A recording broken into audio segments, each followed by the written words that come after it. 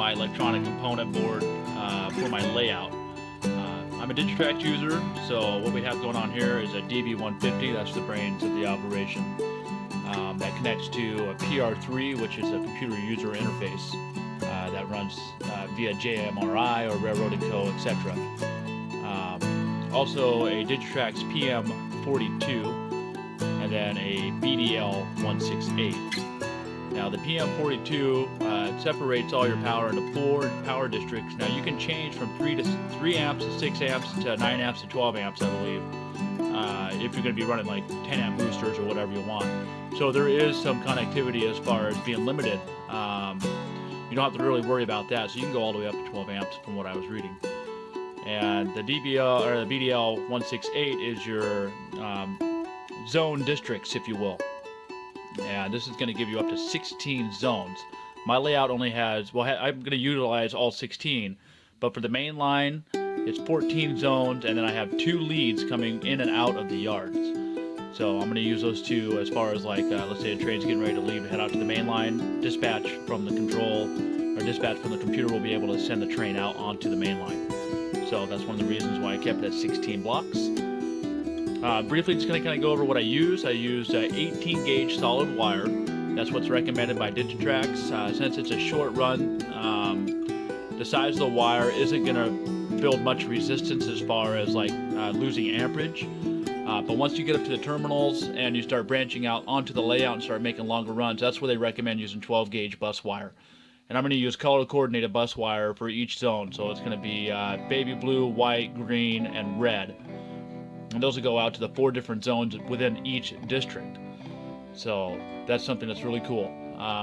Digitrax manual I thought was really easy. I've heard a lot of people online say it was kind of hard to read for some reason or tough to understand. I found it quite easy. Your inputs are coming in from your booster on X amount of pins, and they have them 1, 2, 3, and 4 on, you know, whichever pin they decided. And then the same with the rail A and B, same with B. And then they just told you where to connect your 12 volt positive and negative and your common ground that goes back to the booster. So I felt that was pretty self-explanatory. And then the outputs are going to go to the 4 common zones, rail B, out to the layout. And then rail A, 1, 2, 3, and 4 connect to each zone, if you will. So zone A is going to be a certain 1 power district. Then zone B is going to be another power district. Zone C, power district, and zone D, another power district.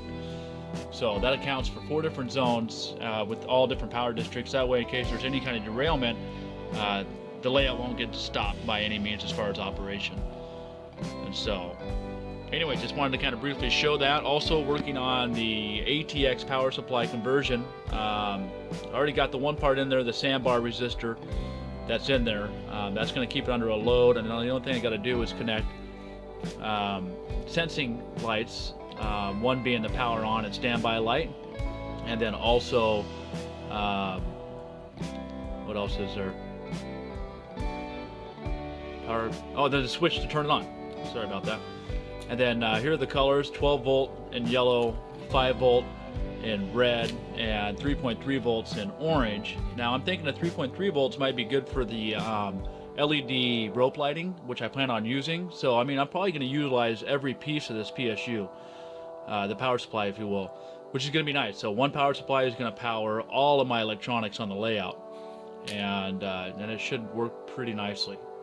Anyway, just kind of wanted to give a small overview of my component board, if you will. If you have any questions about this, please don't hesitate to leave a comment, and I'd be glad to explain anything briefly.